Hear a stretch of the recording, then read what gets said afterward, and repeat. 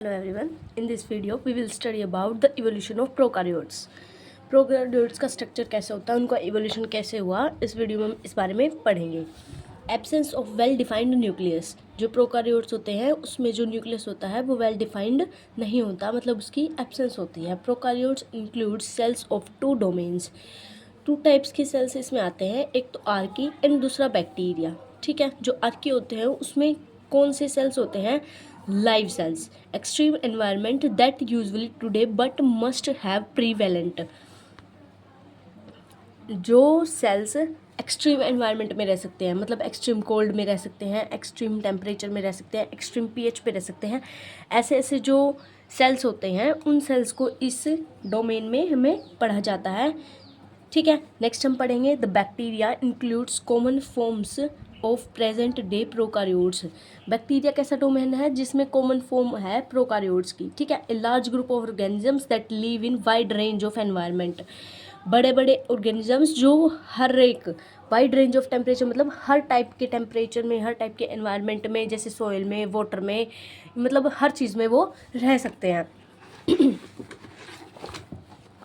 Prokaryotes are small and simpler than most eukaryotic cell. जो prokaryotes होते हैं वो बहुत स्मॉल, मतलब छोटे और सिंपल होते हैं यूकैरियोटिक सेल से.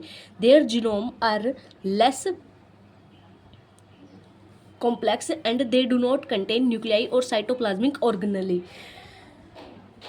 जो प्रोकैरियोटिक सेल्स होते हैं यूकैरियोट से छोटे होते हैं और इनका जो जीनोम होता है वो कॉम्प्लेक्स भी नहीं होता और ये कोई भी न्यूक्लियाई या फिर साइटोप्लाज्म ऑर्गेनेली कंटेन नहीं करते.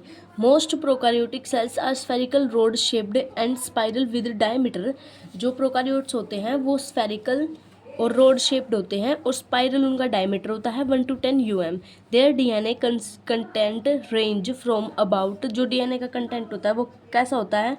0.6 मिलियन to 5 मिलियन. ठीक है, and sufficient to encode about 5000 different proteins. और ये सफिशिएंट होते हैं 5000 डिफरेंट प्रोटीन्स बनाने के कैपेबल होते हैं, मतलब ये. ठीक है, the large and most complex prokaryotes are the cyanobacteria.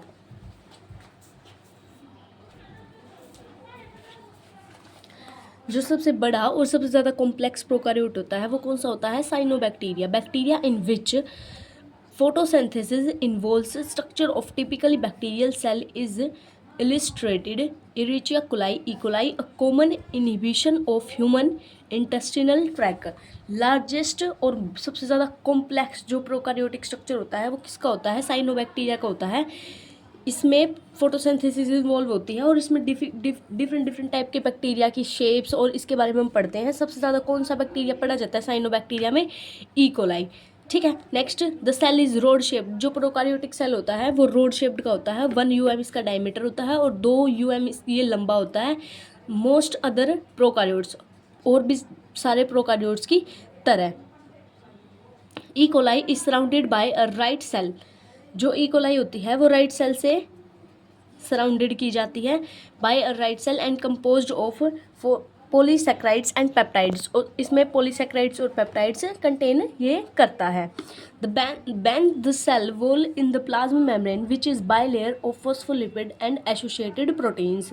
जो सेल वॉल होती है वो प्लाज्मा मेम्ब्रेन से बनी होती है. उसकी जो बाई लेयर होती है, मतलब जो उसके अंदर वाली लेयर होती है वो फॉस्फोलिपिड से और प्रोटीन्स से एसोसिएट करती है. Whereas cell is a porous and readily printed by a various of molecules, the plasma membrane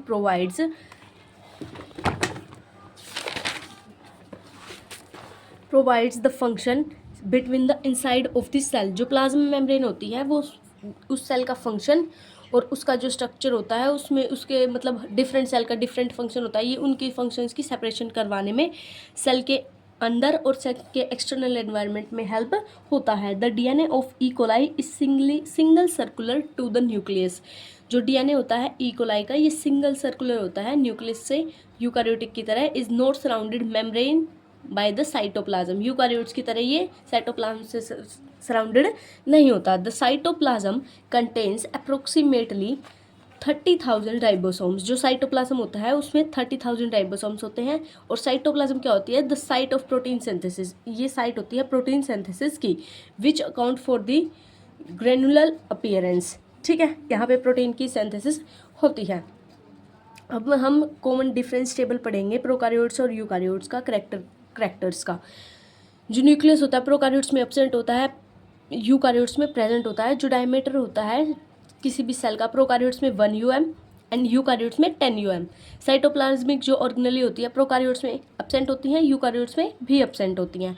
chromosomes इसमें सिंगुलर सेलुलर DNA होता है और यूकारियोट्स में मल्टी सेलुलर DNA।